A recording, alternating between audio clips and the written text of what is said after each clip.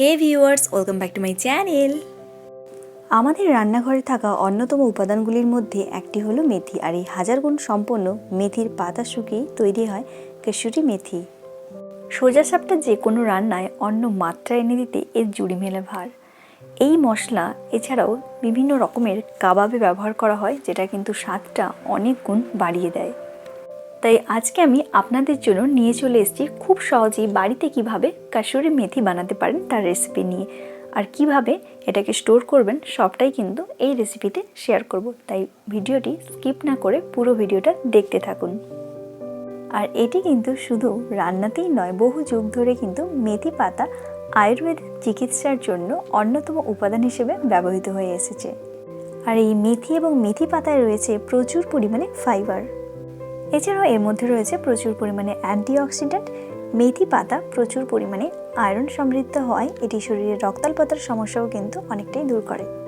এছাড়াও ত্বক এবং চুলের ক্ষেত্রেও রয়েছে কাসুরি মেথির হাজারো উপকারিতা। যেমন ধরুন, ত্বকের যে কোনো বার্ধক্যজনিত দাগ ছোপ, চামড়া কুঁচকে যাওয়া, এই সমস্যাগুলি সমাধানের জন্য কাসুরি মেথি গুরুত্বপূর্ণ ভূমিকা গ্রহণ করে। এই কাসুরি মেথি বানানোর জন্য আমি বাগান থেকে একদম ফ্রেশ মেথি শাক বা মেথি পাতা তুলে নিচ্ছি। আপনারা চাইলে কিন্তু বাজার থেকেও মেথি শাক কিনে নিতে পারেন, সেখান থেকেও বানাতে পারেন। আমি বাগানে অনেক মেথি শাক হয়েছিল, তো সেখান থেকেই নরম নরম মেথি পাতাগুলো তুলে নিচ্ছি। আপনারা দেখতেই পাচ্ছেন এই মেথি শাকগুলোতে ফুল চলে এসছে, আর কিছুটা মেথিও কিন্তু ধরতে শুরু করেছে। আর এই শীতকালে কাসুরি মেথি বানানোর জন্য কিন্তু একদম ঠিকঠাক সময়। এই সময় কিন্তু বাজারেও প্রচুর পরিমাণে মেথি শাক পাওয়া যায়, আর প্রত্যেকের বাড়িতেও অনেক সময় মেথি শাক হয়ে থাকে। তো সেখান থেকেই কিন্তু আমি মেথি পাতাটা তুলে নিলাম নরম নরম দেখে। এবার এগুলোকে, শাকটাকে আমি খুব ভালো করে জল পাল্টে পাল্টে ধুয়ে নেব। এই মেথি শাক বা মেথি পাতাগুলোকে খুব ভালো করে ধোয়া হয়ে গেলে এইবার খুব ভালো করে জল ছাড়িয়ে নিতে হবে। এবার একটুখানি শাকগুলোকে বেছে নিতে হবে। এর মধ্যে যদি অন্য কোনো শাক বা অন্য কোনো ঘাস বা কিছু থাকে, সেটাকে আমি বাদ দিয়ে দেব।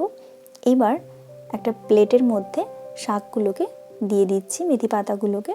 এরকমভাবে কিন্তু আপনারা যেই পরিমাণ একটা শাক নিয়ে আসবেন, বা বাজার থেকে নিয়ে আসবেন বা বাগান থেকে নিয়ে আসবেন, এইভাবে কিন্তু ট্রে বা যে কোনো পাত্রে মেথি শাকের জলটা ঝারিয়ে রোদ্দুরের মধ্যে রেখে দিতে হবে। আমি এখানে 2 থেকে 3 দিনের মধ্যেই কিন্তু খুব ভালোভাবে শাকটাকে বা মেথি পাতাগুলোকে সান ড্রাই করে নিয়েছি। আপনারা চাইলে কিন্তু মাইক্রোওয়েভেও করতে পারেন, চাইলে গ্যাসের নিচে রেখেও কিন্তু মেথি শাকগুলোকে বা মেথি পাতাগুলোকে খুব ভালোভাবে ড্রাই করে নেওয়া যায়। আমি এখানে অনেকটা পরিমাণ শাক নিয়েছিলাম, তাই জন্য আমি 2টো পাত্রের মধ্যে রেখে দিলাম। এখানে আমি একটা পেতলের থালা নিয়েছি, তার উপরে শাকগুলোকে দিয়ে খুব ভালোভাবে রোদ্দুরের মধ্যে রেখে দিচ্ছি। 2 থেকে 3 দিন পর কিন্তু মেথি শাকগুলো বা মেথি পাতাগুলো এইভাবে কিন্তু খুব সুন্দরভাবে সানড্রাই হয়ে যায়। আর দেখতেই পাচ্ছেন কতটা মুচমুচে হয়ে গেছে, আর সাথে খুরখুরে। আমি এবার মেথি পাতাগুলোকে এইভাবে হাত দিয়ে একটু ভেঙে নিচ্ছি।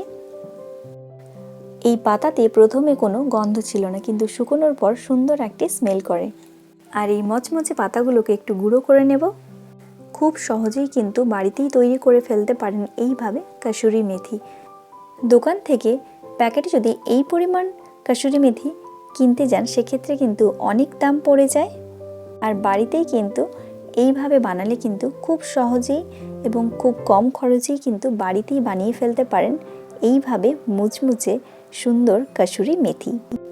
আর এই কাসুরি মেথি আপনারা চাইলে কিন্তু অনেক দিন স্টোর করে বাড়িতে রাখতে পারেন। বিভিন্ন ধরনের রান্নাতে দিয়ে রান্নার স্বাদ বাড়িয়ে ফেলতে পারেন। মাঝের মধ্যে চেষ্টা করবেন একটু রোদ দিয়ে রাখার, আর এইভাবে কিন্তু একটা এয়ারটাইট কন্টেনারের মধ্যে রাখার চেষ্টা করবেন। চাইলে একটু এরকম গ্লাসের কন্টেনারে রাখার চেষ্টা করবেন। যে কোনো জিনিস কিন্তু কাঁচের বয়ামের মধ্যে রাখলে অনেকটা ভালো থাকে। যে কোনো নিরামিষ রান্না, কাবাবে কিন্তু এই কাসুরি মেথি দিলে কিন্তু সেই রান্নার স্বাদটা কিন্তু অনেকটাই বাড়িয়ে দেয়।